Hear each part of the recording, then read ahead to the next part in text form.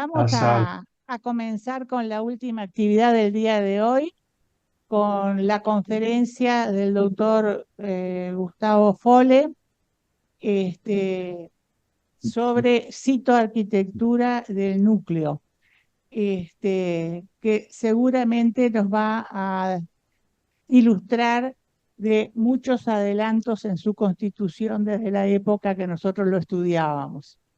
Este, Así que adelante, doctor Fole. Bueno, gracias por la invitación. Quiero adelantarles que el moderador de esta charla va a ser el doctor José Roberto Sotelo, que es jefe del Departamento de Genómica del Instituto Clemente Estable y que tiene una larguísima trayectoria en todo lo que es la parte de biología celular y genética, así que pensé desde el primer momento que era la persona ideal para comentar lo que vamos a poner hoy. Muchas gracias. Bueno, la idea era presentar algunos datos históricos y después datos más modernos sobre la arquitectura del núcleo celular, teniendo en cuenta que en mi concepto el conocimiento profundo, tanto de la arquitectura como de la funcionalidad del núcleo celular, va a allanar mucho el camino para comprender toda una serie de patologías que aún no logramos comprender eficientemente. Eh, la arquitectura nucleocelular hay que tener en cuenta que no es para nada estable, es decir, varía de acuerdo a las estirpes celulares, varían los procesos de diferenciación, varía también cuando estamos hablando de células tumorales, probablemente, como veremos, la propia arquitectura y los integrantes de la arquitectura, en especial los territorios cromosómicos, se van a modificar en esas células tumorales, probablemente en parte debido a las anomalías numéricas y estructurales. Aquí tenemos mucha información, pero creo que es necesario tomarlo en cuenta porque nos va a facilitar mucho lo que vamos a tener que discutir después. La cromatina la dividimos entonces en esos tres grandes tipos: la eucromatina, heterocromatina facultativa, heterocromatina constitutiva. Si ustedes observan rápidamente, tienen grandes diferencias en cuanto a la densidad génica, el nivel de compactación, la riqueza en determinados tipos de base, por ejemplo GC-BAT, la ubicación de determinado tipo de bandas, y también en algunas características de tipo epigenético en cuanto a cuáles son. Entonces, por ejemplo, en la leucromatina, ustedes observan una gran densidad de genes, bajo nivel de compactación, alta transcripción, replicación temprana, ricos en GC, y ocupan las bandas R y T, que vamos a ver ahora cuáles son, y predominan en esas regiones las histonas H3 y H4 acetiladas. La heteromatina facultativa, es que puede estar activa o no genéticamente, depende de qué célula estamos hablando. La densidad génica es intermedia, aumenta el nivel de compactación, transcripción promediamente más baja, replicación tardía, es rica en AT, ocupa las bandas G y tiene esa característica de metilación epigenética, y uno de los casos típicos es el cromosoma X inactivo en mamíferos. La heterocromatina constitutiva, densidad génica muy baja o nula, alto nivel de compactación, sin transcripción, regulación muy tardía, es lo último que replica en la fase de ese ciclo celular. Característicamente contiene ALN satélite, o sea, pequeñas unidades repetidas millones de veces en el genoma, ocupan las bandas C, que son las bandas centroméricas, y tiene esas características de lisinas metiladas. Y cuando eso lo aterrizamos en el cromosoma, en este caso un cromosoma número 1 humano, ustedes ven las bandas con esas características. Las bandas R precisamente son eucromáticas, por eso tienen estas características, ya vemos en la eucromatina.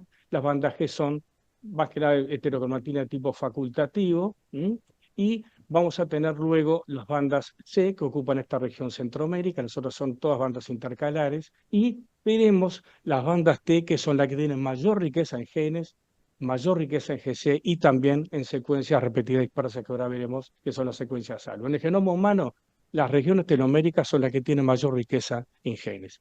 Y la riqueza de genes tampoco es proporcionalmente igual en todos los cromosomas, sino en cromosomas muy pequeños, como por ejemplo el cromosoma 19, que tiene una enorme cantidad de genes para su tamaño relativo.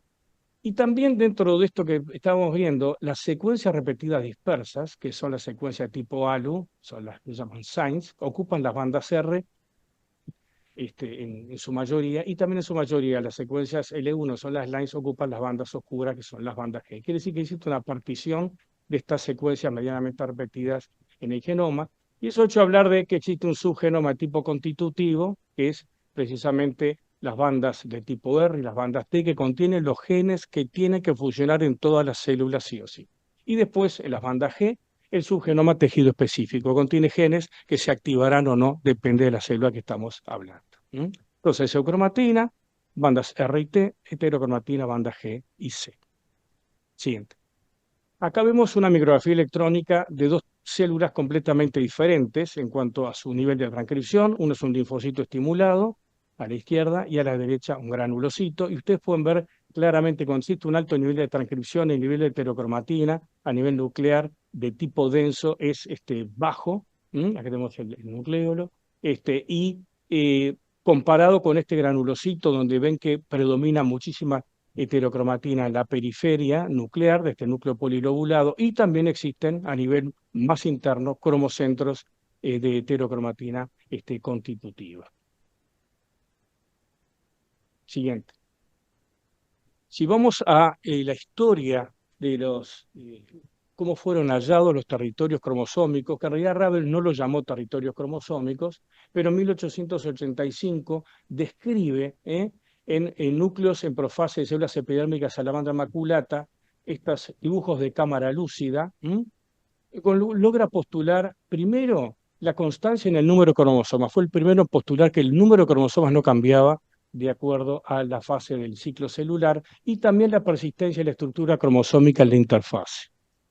Si ustedes observan estos dibujos, olvídense de la parte derecha, que es una interpretación incorrecta en realidad del investigador, pero aquí ustedes ven que hay una disposición muy ordenada, y que se ve mejor en este dibujo, donde cada cromosoma ocupa un área definida en el genoma. Esto es la primera vez entonces que se postula que áreas definidas corresponden a cromosomas específicos. Siguiente. Theodor Borovici es el que designa por primera vez a los territorios cromosómicos, y en un particular modelo que son los embriones 2 y 4 células del gusano parásito Ascaris megalocéfalo, que es un parásito del caballo. Y vamos a quedarnos con estas figuras. Aquí es lo que encontró en estos embriones de 2 células, que en el núcleo existían unas protrusiones, y logró determinar que esas protrusiones contenían los extremos de los cromosomas. Y cuando veía los embriones de 4 células, ustedes pueden ver que esas protrusiones se mantienen. Incluso estas son 2 células hijas, estas las otras 2, son muy similares entre las células hijas, es decir, que esta que observaba en estas células se repite aquí con 4 células, unas son univales, otras son la especie bivales. Entonces quiere decir que las protrusiones son ocupadas por cromosomas específicos, y ahí entonces sale el nombre de la existencia de territorios cromosómicos en el núcleo celular. La siguiente. También los territorios cromosómicos se usaron en plantas e insectos. Estos dibujos incluso son bastante más claros que los anteriores. Strasburger fue quien en plantas, en Galtonia candicans, que es el jacinto del Cabo, observó, pero ven acá, está diferenciado por colores en su dibujo, la presencia de áreas definidas, que corresponden perfectamente con los territorios cromosómicos, como veremos después. Y aquí, en insectos, se observa los territorios muy bien dibujados, con incluso un dominio interterritorios cromosómicos, e incluso aquí se define un poco más la estructura de la cromatina en este territorio en particular. Y acá vemos lo mismo, en este caso es una langosta y acá es el caso de una chinche, donde se ven muy bien los territorios, incluso con algunas características de la cromatina dentro de cada territorio, incluso el cromosoma X muy compacto en la periferia nuclear. Siguiente.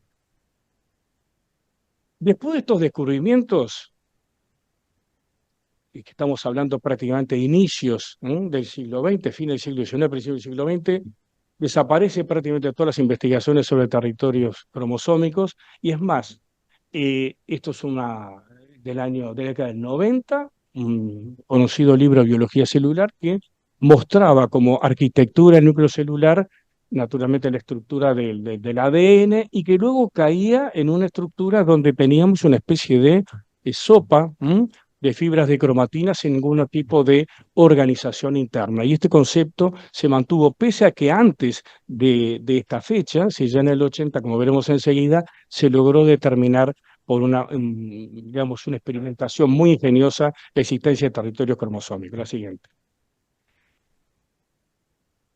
Este es el trabajo de Stack, que simplemente lo que hizo fue tratar a núcleos de células CHOG1 con una fijación y después tratar con hidróxido de sodio y cloruro de sodio a determinadas concentraciones y en una tinción con Giemsa, y de alguna manera esa cromatina se compactaba y se podía observar entonces la presencia de territorios cromosómicos. Esto es simplemente una técnica de laboratorio común y corriente.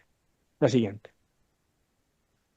En el 82, sí, lo de Stack fue en el 77, unos pocos años después, el grupo de Kremer, los dos hermanos Kremer, uno es un genetista y el hermano es un físico, lograron irradiar núcleos con láser UV, pero logrando spots muy pequeños, o sea, lo llama microirradiación con láser UV. Y ahí lo ven, las irradiaciones, acá incluso se incorpora en esas células timidina tritiada y se puede ver por la radiografía los lugares donde se realizó la lesión con el láser UV, incluso se pueden detectar con anticuerpos específicos los dímeros de pirimidina, es el que verifica que realmente hubo daño por láser UV.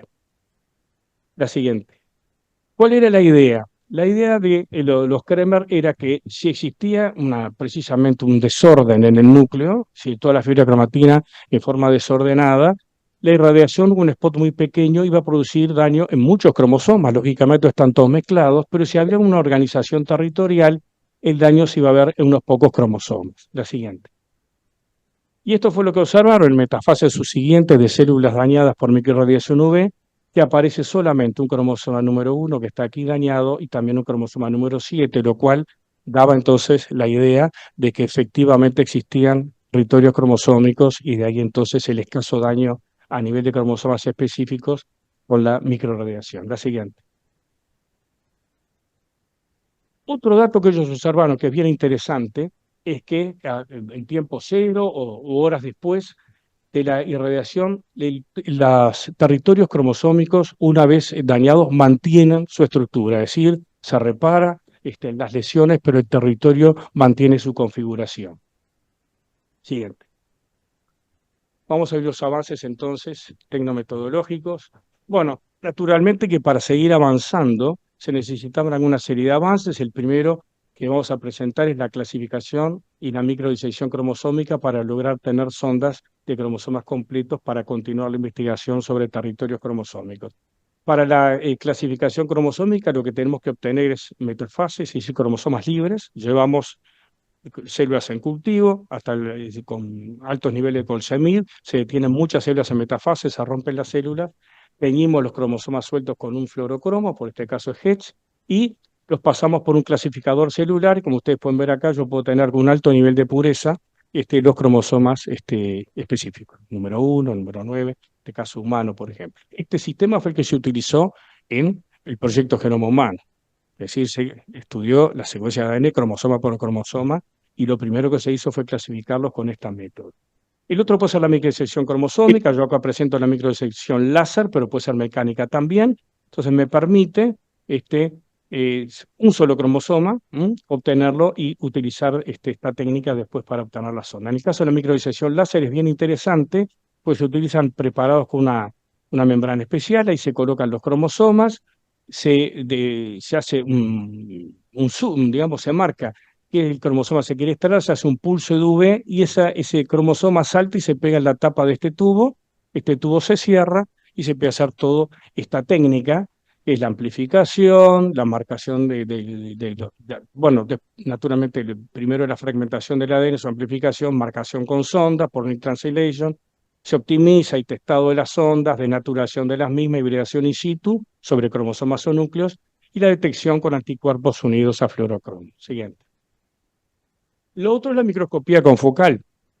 No solo nos ha permitido aumentar la resolución al explorar de forma puntual el espécimen, los especímenes, sino que también permite la realización de planos ópticos que lleva entonces a reconstrucciones tridimensionales que permite un análisis muy fino de las estructuras en estudio y la captura de la conformación de los cromosomas, que primero naturalmente se hace un crosslink de las proteínas con el ADN utilizando formaldehído a baja concentración, se hace una digestión, se hace una ligación intramolecular, se hace una reversión del crosslink y ahí después se aplican diferentes estrategias, 3C, 4C, 5C, etcétera, de acuerdo a cuál es digamos, nuestro objetivo de estudio en cuanto a los loci singulares o múltiples que queramos estudiar y naturalmente después cómo se cuantifican el experimento.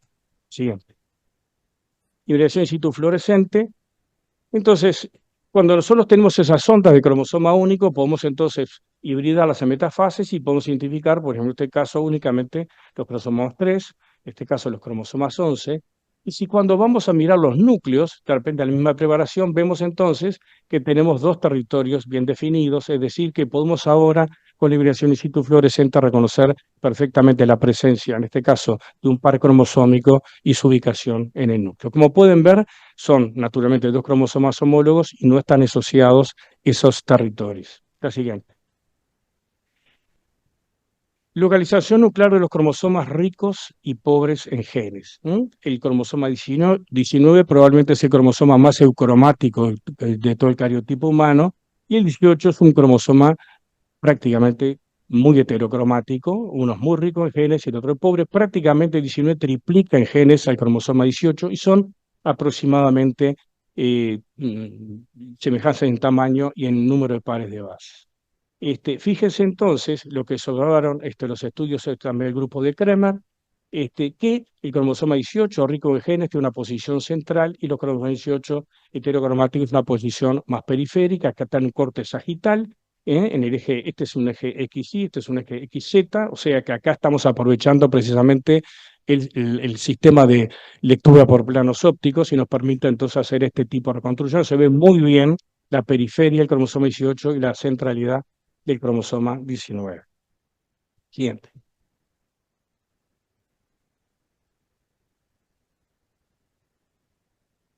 Bien.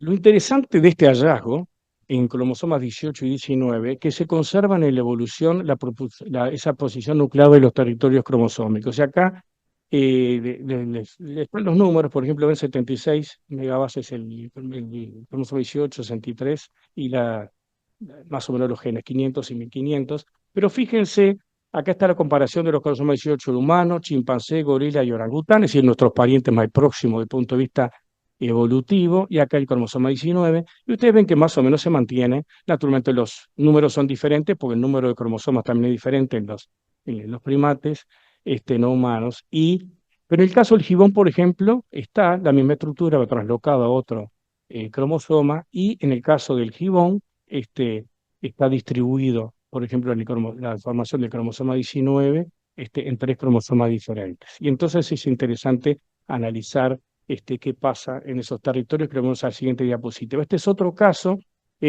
donde tenemos aquí están hibridadas las ondas humanas a núcleos de mono tití, o sea que es un mono, digamos, sudamericano. Y ustedes pueden ver, bueno, estos son naturalmente los planos que se han ido estudiando, las ondas que se colocaron acá son de las cromosomas 18 y 19 humanos, y fíjense que se mantiene perfectamente, pese a la enorme distancia evolutiva, la posición del cromosoma 19 en forma central y el cromosoma 18 en forma periférica. Siguiente. En el caso de nuestros parientes más cercanos, o sea que tenemos acá en chimpancé, Panthroglodites, gorila y Pongo pygmeus, también se mantienen más o menos las mismas relaciones. En realidad, el más alejado del punto de vista evolutivo es Pongo, que en realidad estos son africanos y este es del sudeste asiático, ¿no? Igual que este caso, que es Ilobates, también del sudeste asiático, pero ustedes vieron que teníamos esta peculiaridad, que el cromosoma 18 y 19 estaban o traslocados o separados, en el caso del 19, tres cromosomas. Y ven ustedes que podemos ver esos territorios, en este núcleo se ven separados, algunos de estos territorios, o subdominios en realidad, y acá, sin embargo, aparecen todos juntos, y en este caso se observa muy bien también que se mantiene la centralidad del cromosoma 19 y la periferia del cromosoma 18. Quiere decir que estamos hablando de distancias evolutivas probablemente con el mono quizá como de 15 millones de años y se mantienen esta arquitectura, lo cual es un hecho bastante sorprendente. La siguiente. En el caso de las células normales y tumorales humanas también se observa una diferencia clara. Si ustedes ven las imágenes que tienen los asteriscos blancos, que son todas células normales, o sea, de epitelio colónico, de diferentes regiones, una célula hematopoyética progenitora, queratinocitos, células del cervix, se mantiene la misma relación que veíamos, pero vean cómo se desarregla en algunos casos de las células tumorales, en algunos casos de una forma bastante evidente, por ejemplo, acá en el carcinoma recado de colon, en el cual prácticamente están invertidas las posiciones de los territorios cromosómicos. Siguiente. La densidad génica impacta en la distribución radial de los subdominios. En este caso, ¿qué se hizo? Utilizando los VACs, es decir, toda la secuencia del genoma humano ha sido fragmentada y colocada pequeños fragmentos en cromosomas artificiales bacterianos y esos están naturalmente introducidos en bacterias. Uno puede cultivar esas bacterias, amplificar ese ADN y entonces tener precisamente un VAC muy pequeñito, amplificado y marcado. Y acá lo que se hizo fue tomar VACs que corresponden a regiones ricas en genes de este cromosoma número 12 y marcarlas esas con color verde y un pool también de VACs pobres en genes que se marcaron de rojo. Y fíjense ustedes cómo se observa la distribución, perdón, acá está al revés, el rojo es rico en genes y el verde es pobre en genes, está exactamente al revés marcado. Como toda la parte central tiende a estar ocupada por los pool de VAC ricos en genes y los pobres en genes en la periferia. Es decir, aún cuando utilizamos regiones más pequeñitas del cromosoma, esa relación se sigue manteniendo. Siguiente. Pero naturalmente que tenemos que pegar un salto cuantitativo en el sentido que podemos pasar, en vez de estudiar cromosomas o subregiones cromosómicas en forma aislada, tratar de estudiar todos los cromosomas al mismo tiempo, y eso es el FISH multicolor. Hay diferentes estrategias, pero lo que se hace habitualmente es a través de la clasificación cromosómica tenemos, por supuesto, fragmentos de cada uno de los cromosomas. Hacemos un cóctel, se marca con una determinada combinación de fluorocromos. Aquí está la estrategia, se combinan, en este caso son 5 fluorocromos, y de A1, de A2, de A3 en diferentes cantidades. Cada cromosoma tiene, como ustedes pueden ver acá, su marca, y logramos entonces un FISH multicolor. En realidad, para esto lo que se precisa es tener un equipo que registre naturalmente las imágenes de cada uno de estos fluorocromos captados con filtros especiales y después un programa que analice todas esas imágenes, las conjunte y dé colores artificiales a los cromosomas, y es lo que estamos viendo acá. En este caso incluso ya ordenadas como cariotipo. Veamos la siguiente. Utilizando esta estrategia, entonces, podemos ver, por ejemplo, el caso de los cromosomas de pollo, que es bien interesante, porque el pollo tiene cromosomas grandes, cromosomas intermedios, pocos, y cromosomas pequeños. Los genes, o la mayor parte de los genes, están en los cromosomas pequeños. Entonces, uno puede hacer una marcación, por ejemplo, de los cromosomas grandes en rojo, que se llaman macrocromosomas, los cromosomas medianos en azul, y los minicromosomas, que son los que tienen más genes, en verde. Y acá vemos las imágenes, y es bien claro. Acá está la marcación en una metafase.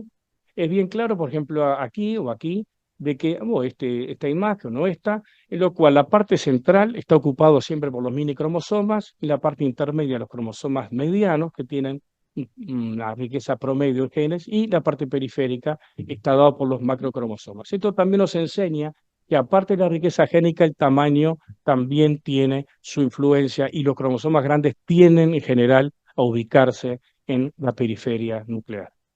La siguiente.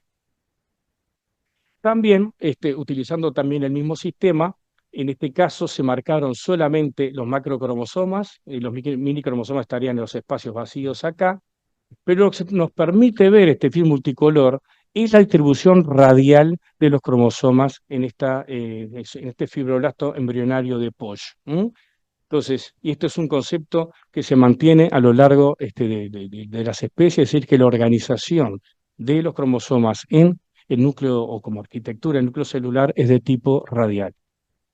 La siguiente. Lo mismo en este caso en cromosomas humanos. Aquí lo que yo les mencionaba, ven las imágenes de los diferentes cromosomas que capta y se captan con el microscopio, y que esto ya es toda la imagen RBG sumada, que es lo que estamos viendo acá. Por supuesto, esto está muy procesado por este software dedicado y permite entonces darnos esta imagen de alta calidad, y a su vez podemos identificar, de acuerdo al color, todos los cromosomas. Y uno de los detalles que vemos es que, por ejemplo, que ya lo hemos visto en las imágenes nucleares en otra diapositiva, es que los homólogos no están asociados dentro de lo que es el volumen nuclear en general.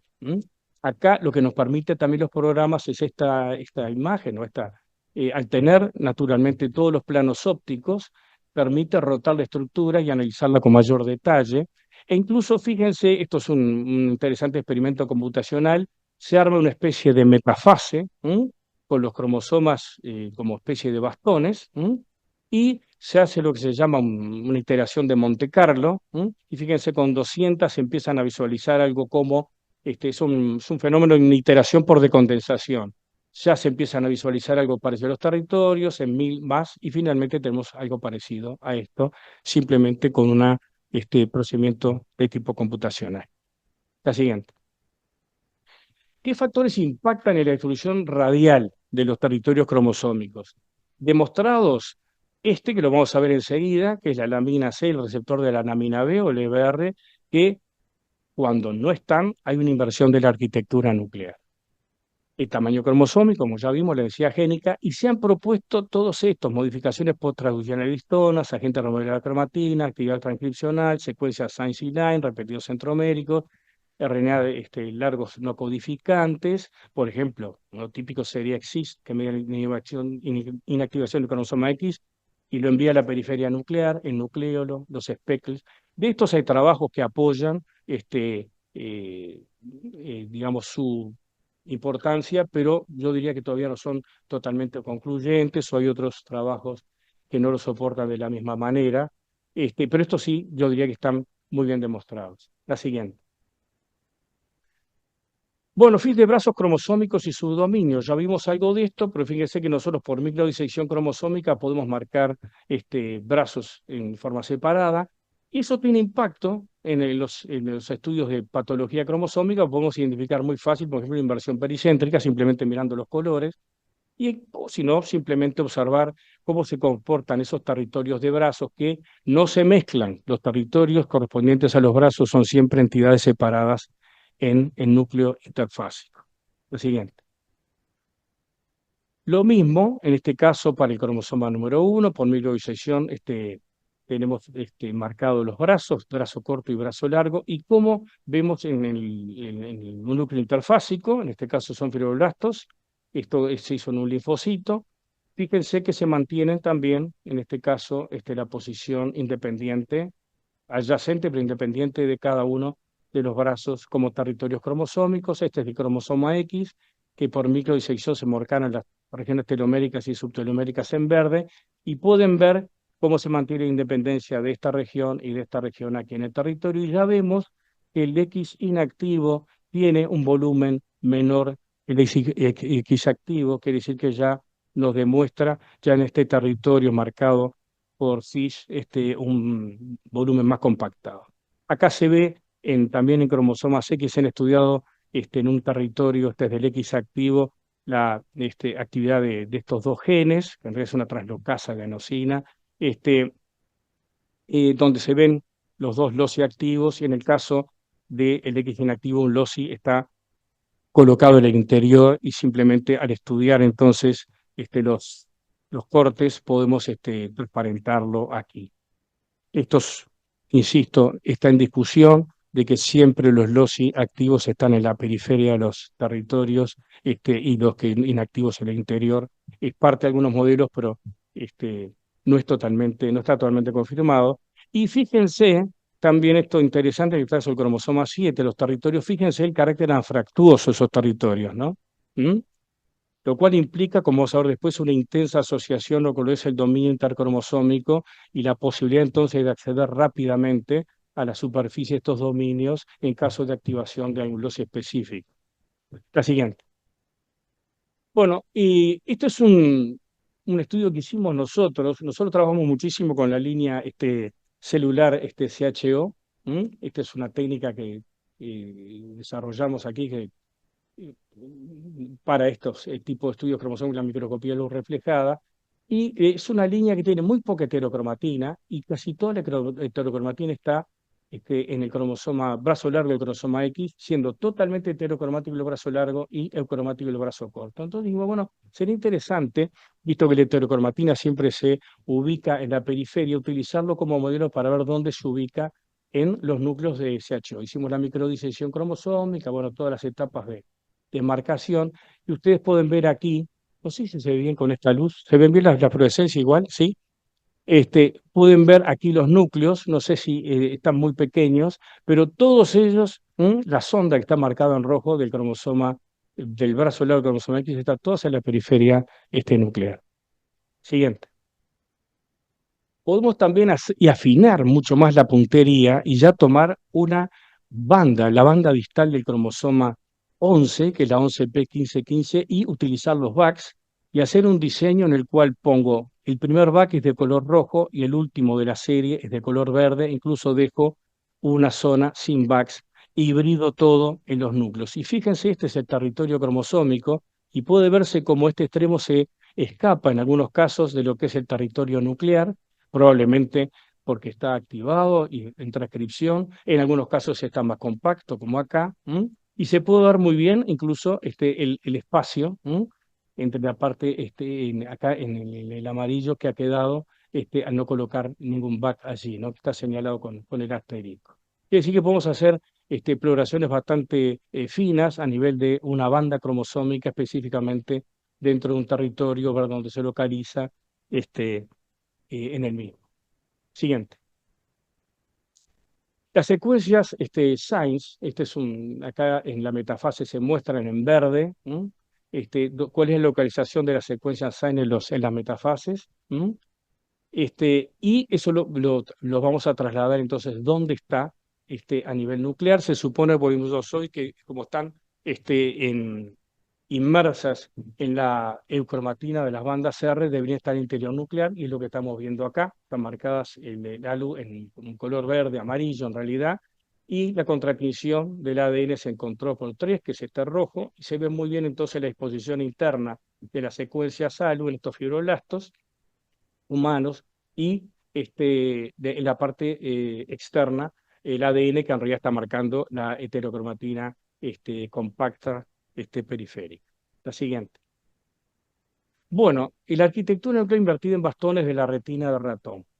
En este caso, cuando uno estudia el grupo de Solovey, estudia la retina de ratón, observa que en estos tipos celulares hay cromocentros en la parte nuclear, pero cuando llega a los bastones, en realidad lo que está blanco naturalmente está marcando la heterocromatina compacta, en vez de ser periférica y central, acá lo corroboramos, casi está marcando la mina B por afuera, y la parte que vemos como violeta clara corresponde a MSR, que es un marcador de cromocentros. Así que es bien claro que ahora toda la heterocromatina es central.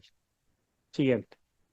Acá lo vemos, en realidad es un proceso que dura 28 días, en el cual los cromocentros, que son en general periféricos, algunos un poco más central, se van compactando. Esta es la última etapa, digamos, de maduración, en el cual todavía hay un puente de eucromatina, que ahora lo vamos a ver enseguida, y acá sería la forma final, heterocromatina central, rodeado de heterocromatina facultativa, y finalmente la eucromatina por afuera. De acá, bueno, cómo están dispuestas las bandas, los marcadores, etcétera, pero no interesa ese detalle. Siguiente. Entonces nosotros, como venimos estudiando desde mucho tiempo atrás la localización del daño genético en las diferentes bandas, si tienen cromatinas, diocromatina, heterocromatina, y habíamos ya observado a nivel metafásico que existía siempre una concentración de daño genético, fracturas cromosómicas específicamente en la eucromatina. Dijimos, bueno, es un interesante modelo porque tenemos ahí la eucromatina bien visible en la parte periférica, y entonces se trataron los bastones de la retina con bleomicina, y para inducir daño genético. Esto sería lo que vamos a afectar, la histona H2AX, que reacciona a la inducción de daño genético, en realidad son rupturas de doble cadena, se fosforila la histona H2AX en la serina 139 y se forma un FOSI de gamma H2AX que está marcado en rojo. Y si ustedes observan el trabajo que parte de la tesis de doctorado de la doctora Lafont Hughes, si ustedes ven, los puntitos rojos están ubicados todos en la eucromatina y en el borde. Y en el caso que es un bastón todavía inmaduro en ese proceso de diferenciación, tenemos dos fósiles de gamma H2AX en ese puente, lo cual nos confirma que aún en esta localización siempre las lesiones se ubican en la eucromatina. Acá simplemente lo que se hace es pulsar un nivel de densidad por donde están las flechas blancas, y acá se ven claro la presencia de los foci, acá en no, acá de vuelta, y acá lo mismo, y así sucesivamente. Y lo que se hizo, pues esto naturalmente es todo cualitativo. Desde el punto de vista cuantitativo, lo que se hace es un índice que se llama de distribución del daño en la eucromatina, y lo que se hace es, por encima de 1, ya se sabe que, de acuerdo al cálculo de este índice, es colocalización, y acá 1 está acá, y esto va todo para arriba, que es el de aquí para acá, todo es significativo desde el punto de vista del índice de colocalización. O sea que los fósiles se localizan en la eucromatina, no cabe la menor duda. La siguiente. Quitosina, esto muy rápidamente, es un agente que es un inhibidor de la metiltransferasa lisina específica. El mecanismo por el cual actúa y da esto que yo les voy a mostrar ahora no es muy claro, pero lo que sí se sabe es que se produce una condensación de los territorios cromosómicos y llegando a niveles de este tipo. Es decir, existe, por alguna razón que todavía no está bien definida, una alta condensación de los territorios cromosómicos, y permite visualizar lo que queda entre ellos, que es naturalmente una estructura más sutil cuando tiene este tratamiento, que es el dominio cromosómico interterritorial. La siguiente. Modelos. Bueno, acá simplemente para que vean cómo ponemos las bandas de vuelta, lo que vimos en la primera diapositiva lo traemos ahora, las bandas G las tenemos aquí en verde. Perdone que hay cosas en verde y en rojo, pero eso escapa ya a mi control. Y tenemos en rojo las bandas R, y fíjense la distribución. Naturalmente lo verde está en la periferia, tenemos algunos cromocentros, y todo lo rojo, que es cromatina, en la parte central. Acá tenemos el nucleolo. Y por supuesto, respecto a lo que es la parte de replicación, no lo vamos a mostrar, porque la idea no es mostrar nada dinámico, pero la replicación precisamente comienza en la parte central, luego avanza hacia la periferia y culmina de existir cromocentros, como estos de aquí, termina el cromocentro central. Esa es la evolución más o menos de la replicación en los núcleos interfásicos. La siguiente.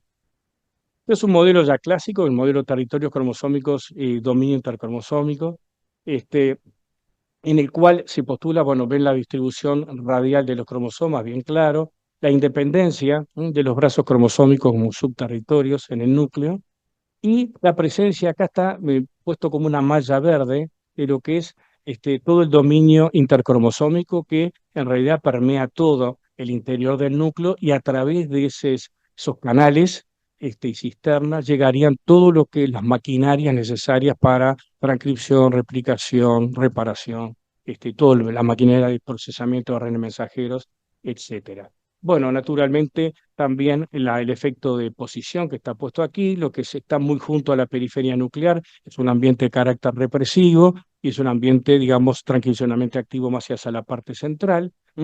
Y acá se postula que, bueno, en el caso de transcribirse algún loci, se extruiría del territorio para facilitar el acceso de toda la maquinaria necesaria y una correcta transcripción. Y acá lo que yo les decía, que está en discusión, que los activos están en la periferia del territorio, los inactivos aquí marcados en negro estarían en la parte central, pero eso es motivo de discusión. La siguiente.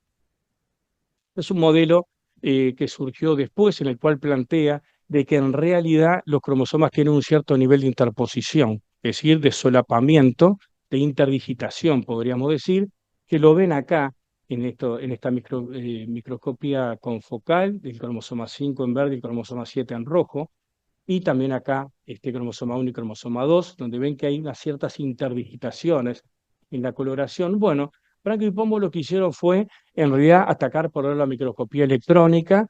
Entonces, las ondas marcadas con aptenos, en vez de utilizar fluorocromos, utilizaron anticuerpos cargados con partículas de oro. En el caso de un cromosoma, partículas de 5, no me acuerdo, 5 nanómetros, ¿sí? Y otras de el doble de la otra. Quiere decir que las podemos distinguir por el tamaño, y no sé si ustedes lo ven acá, que hay partículas pequeñas y otras más grandes. Acá lo mismo, aquí lo mismo. Quiere decir entonces que comprueban de que al menos en la micrografía electrónica existe una cierta disposición contigua de esos dos territorios cromosómicos, y ellos lo dibujan más o menos de esta manera, y que eso podría de alguna forma facilitar la interacción entre los vecinos, e incluso podría tener alguna influencia en lo que llaman los hubs transcripcionales, donde varios loci se juntan en un determinado lugar para transcribir en forma conjunta. La siguiente. Captura de conformación de los cromosomas. Bueno, naturalmente que también todo lo que pudimos aportar, se pudo aportar mediante el FISH y FISH multicolor, etcétera, también tiene un límite en cuanto a la información. Si queremos ya estudiar a nivel de interacciones entre los y específicos, entonces esta técnica de captura de conformación de la cromatina nos permiten aproximarnos a cuáles son los vínculos que existen entre las diferentes secuencias del genoma. Y lo interesante es que al analizar por este tipo de técnicas se pudieron definir algunas estructuras que hasta este momento eran desconocidas, y esos son lo que llaman los Topological Associated Domains, es decir, secuencias del genoma, muchas veces pertenecen al mismo territorio cromosómico, que están topológicamente asociadas, y definir en base a conjuntos de estas regiones topológicamente asociadas dos compartimentos, el compartimento A y el compartimento B. El A es el comportamiento de genes activos, el B es un ambiente o un compartimento represor. Naturalmente todo esto se imbrinca dentro de lo que es la definición de territorio cromosómico. Acá lo tenemos resumido: cromatina activa en compartimento A, cromatina activa en compartimento B, Topological Associated Domain, pero también tenemos en relación a la periferia nuclear los Lamina Associated Domain, que son los que crean digamos, es parte de ese ambiente represivo que decíamos en la periferia nuclear, pero a su vez se han distinguido dos, las de tipo constitutivos y las de tipo facultativos, algunos permanentemente reprimidos y otros que facultativamente genes se pueden expresar o no. También últimamente también dominios asociados a el núcleo, que también es un lugar donde se asocian algunos tipos de heterocromatina. Acá más o menos está una representación de lo que sería la unión a la lámina nuclear. Siguiente. Bueno, acá simplemente para mostrar las etapas que ya vimos, las diferentes estrategias, que creo quizá después el doctor Sotelo nos puede hablar mucho mejor, que es un experto en esto. Pero la idea es entonces que estos métodos permiten analizar cómo los cromosomas se pliegan y se estructuran en el espacio tridimensional, lo que tiene implicancias importantes para entender diversos procesos biológicos como la regulación génica, la expresión génica y la interacción entre los diferentes loci genéticos. Siguiente. Bueno, para mencionarlo simplemente, estructuras que son fundamentales también en el núcleo son los cuerpos nucleares. Acá tienen algunos: los paraspeckles, los polycomb bodies, PML, el clastosoma, los cuerpos de Casal, el compartimento perinucleolar. No están acá detallados los GEMS. Cumplen importantísimas funciones, desde el proteasoma hasta toda la parte de procesamiento de ARNs, etcétera. Y naturalmente esto sería para una charla entera, porque son de muy importante acción en el núcleo, por las funciones que cumple. La siguiente. Bueno, y nos quedamos con esto. Muchas gracias, doctor Fole. Excelente conferencia. Le damos la palabra al doctor Sotelo para que haga los comentarios de la misma. Adelante, Bueno, doctor Sotelo. bueno, muchas gracias, Gustavo. Para mí es un tremendo honor estar acá en esta casa, pero también charlar un poco con uno de mis maestros, ¿no? Maestro para toda una generación, para todo un Clemente Estable que siempre hizo una gran cantidad de trabajo en cuestiones genéticas. Un Clemente Estable que, gracias a Gustavo y otra barra de colegas ahí, nunca abandonó la incorporación de ideas nuevas, preguntas fundamentales y tecnologías de punta, ¿sí? Tengo tanto para recordar de Gustavo que me expandiría mucho, pero estaba pensando en una. Él era director de El Clemente Estable por allá en el 2011, 2012, Sí. 2013, y en el país había una discusión efervescente, intensa, de si debíamos o no zambullirnos en la era genómica, donde se requería aparatos de secuenciación masiva, muy caros, difíciles de utilizar y totalmente novedosos para el país. La discusión era muy intensa. Fuimos a hablar muchas veces con Gustavo y Gustavo apoyó la creación en el instituto de uno de los primeros, unas primeras plataformas de secuenciación masiva en el país, sino la primera, con tecnología totalmente de punta. Aparatos que habían salido quizás hace unos 5 meses Sí, a muy escala recién, mundial. sí, sí, es verdad. Gustavo tiene un registro enorme de hacer esas cosas porque también es uno de los padres de la citometría de flujo en el país. Entonces, podría seguir ¿no? hablando de esas cosas, pero ¿dónde nos juntamos? Nos juntamos ahí donde todo este trabajo que él describe se junta con la genómica, que es mi especialidad, y con la instalación de sus equipos para hacer un trabajo totalmente de punta, ¿no? Totalmente de punta, que empezaba ahí, pero 10 años más tarde, por lo que tengo entendido, por lo menos 2 hospitales tienen ese tipo de instrumentos, varias instituciones académicas también los tienen, ¿sí? Entonces, eh, ahí estamos los dos ahí. Yo no lo quería. No, no, gracias, gracias. Ahí se siente bien. Entonces, ahí es fundamental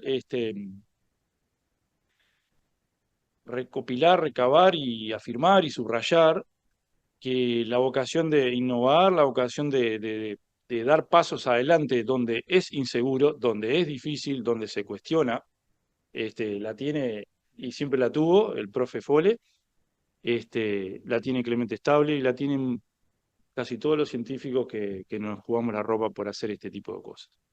Entonces, gracias Gustavo por eso, ¿no? Gracias por invitarme acá a comentar un poco. Gustavo presentó una historia que abarca más de un siglo, que tiene como objetivo generar un mapa, no solo unidimensional, sino tridimensional, de la estructura o una de las estructuras más importantes de la célula, que es el núcleo celular. El mapa de instrucciones que nos construye está ahí.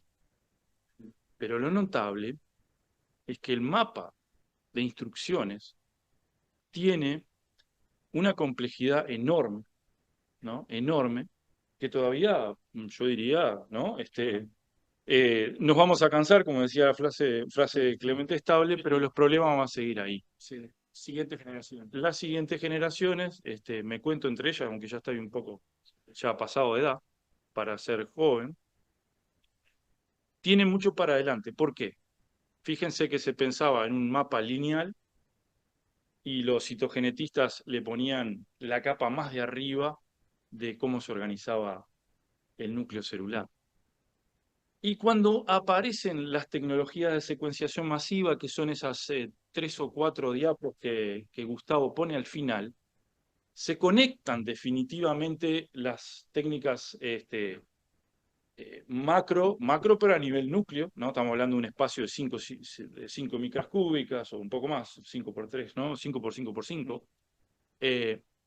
Y conectan los mapas, los parches donde dicen, bueno, hay un territorio cromosómico.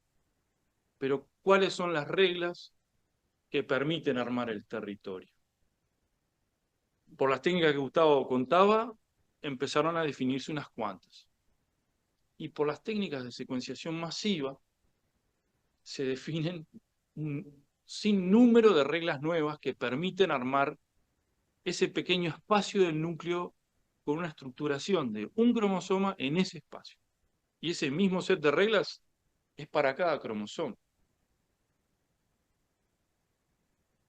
Entonces con Gustavo charlamos de cuáles son las implicancias de empezar a conocer ese aspecto tridimensional de las reglas que gobiernan la organización de un genoma. Piénsenlo, cada núcleo tendrá en un humano 25.000 genes. No todos los genes están activos. 12.000, 15.000. En una cierta situación, en un rincón del órgano que ustedes quieren, tiene una precisa activación de 15.000 de ellos. Los 15.000 están en 1 metro de ADN. Ese metro de ADN está en esas 5 micras cúbicas, en un preciso espacio X y Z de ese núcleo. ¿Por qué se activa en ese lugar? ¿Cómo se activan todos juntos? ¿O no se activan todos juntos?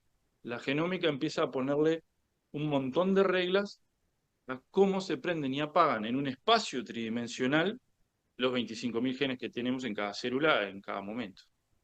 Y después le podemos agregar toda la preciosa descripción que hace de todos los elementos repetitivos que tienen lugares específicos en el genoma y que tienen roles específicos en el genoma, y que también le agregamos un montón de genes nuevos, entre comillas, que son los genes no codificantes, que no codifican para proteínas, pero codifican para un montón de funciones, y que se suman a esos 25.000, y que incorporan un montón de información, y esa información está toda regida no solo por el control transcripcional puro y duro que está en el inicio de un gen, sino que hay reglas tridimensionales que los gobiernan. Entonces, tanto en cáncer, como en enfermedades neurodegenerativas, como el envejecimiento, patologías centrales que todos ustedes estudian, que todos estamos interesados, incorporan necesariamente un montón de reglas tridimensionales que gobiernan cosas tan sutiles, por ejemplo, como el neurodesarrollo. Simplemente activando un grupo de genes no podemos construir un pedacito de la corteza del sistema nervioso así como así, ¿no? Las reglas tridimensionales gobiernan la expresión concertada de esos genes y pueden generar actividad cerebral en un futuro, ¿no? Cuestiones cercanas al autismo tienen que ver con ese tipo de cosas. Alzheimer tiene que ver también. O sea, si bien hay bases génicas claras, hay ciertas pautas estructurales que alteran la homeostasis nuclear. Ni siquiera estoy hablando de la homeostasis general, sino la homeostasis nuclear que mantenía una estructura fisiológica, ¿no? Entonces, me gustaba subrayar que hacia adelante hay un enorme trabajo para definir cómo afecta la estructura tridimensional del genoma, y capaz que puedes comentarnos algo de qué pensás vos, cuál es el gran desafío de esa parte para conectarlo con la salud humana, por ejemplo. Mencionaste fábricas transcripcionales, y eso quiere decir que podés controlar cosas en un lugar del núcleo y que podés controlar muchas fábricas. ¿Qué sé yo? Yo creo que por ahí van aspectos hermosos de todo lo que nos queda para investigar en esto y trabajar juntos con todo lo que es la investigación clínica y relacionarlo con esto, ¿no? No sé cómo pensás de eso. No, yo diría que un punto que a mí me parece particularmente interesante, que yo prácticamente lo definía al comienzo de la charla, es explicar de alguna manera por qué uno pensaría a priori que, bueno, después que yo tengo una arquitectura de un núcleo con un determinado posicionamiento de los territorios y todo organizado para que funcione de forma concertada, porque si yo cambio de estirpe, eso se modifica. Evidentemente, la reconcertación de toda la información para ese estirpe celular implica cambiar el ordenamiento de los territorios de otra manera. Y una de las claves es lo que yo decía de las células tumorales, que a veces inducido por la presencia de aberraciones cromosómicas, pero no siempre, el cambio de forma, por ejemplo, de la célula tumoral, te lleva a un cambio también sustancial. Y la pregunta es, bueno, ¿ese cambio de alguna manera catapulta el mantenimiento de ese desarrollo tumoral? Son todas preguntas que no tienen todavía respuesta, ¿no? Sí, y empezaron a entender esas cosas con esas técnicas de captura de conformación de la cromatina. Se pueden ver con mucha precisión lazo tras lazo de ADN, y los genes que quedan en cierto lazo, ¿sí? Pueden ser genes que van a contribuir a uno de esos compartimentos inactivos, o que están reprimidos, o que por algún reordenamiento se desreprimen. Pero la razón de la represión es esa disponibilidad nueva de una estructura tridimensional, disponibilidad a agentes de control. Y eso tiene efectos brutales en el diseño de terapias génicas, porque uno tiene que conocer el mapa tridimensional para poder acceder a esas regiones. Quizá hay cosas que son accesibles rápidamente o sencillamente, pero quizá hay cosas que son de más difícil acceso. Y también tiene que ver en cáncer o en otras, es decir, si conozco las reglas de cómo se ordena un microdominio o un TAD, como tú describiste, se conoce cómo se activa. Interesantes son las enfermedades genéticas que afectan las proteínas que ordenan los lazos, las coecinas. Sí. ¿Sí? Hay algunas que ahora se sabe que si tocas esos puntos que regulan la formación de los lazos, tenés problemas, o sea, desbalanceás la homeostasis nuclear y por ende la del ser humano. Sí. Bueno, tenemos todo, que era un tema para una charla entera, que es interesantísimo, que son todas las laminopatías, ¿no? O sea, todas las enfermedades derivadas de alteraciones de las mutaciones de laminas, que hay una cantidad, falta algunas proteínas como la hemerina, y eso condiciona una serie de enfermedades bien interesantes de estudiar, conocidas como laminopatía. Eso es todo un tema. Claro. Entonces, como que por ahí realmente hay enormes espacios para armar equipos multidisciplinarios que estudien estas cosas aquí en Uruguay, incluso quizás con variantes particulares de enfermedades que son específicas de las poblaciones más sureñas, más del Río de la Plata. Porque ahí pequeñas variaciones sutiles también pueden generar modificaciones sutiles en ciertas patologías que son muy conocidas en el norte y pueden ser acá. Apenas diferentes, pero importantemente diferentes. Muy bien. Bueno, gracias.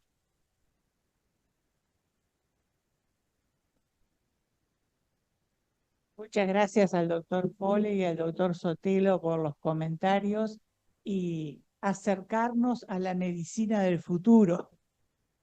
Con mucho gusto lo recibimos también. Bueno, no sé si hay alguien que quiere comentar algo de los presentes o de los que están en el Zoom. De lo contrario, agradecemos a todos por la presencia y por la excelencia de la conferencia y de los comentarios. bueno, muchas gracias.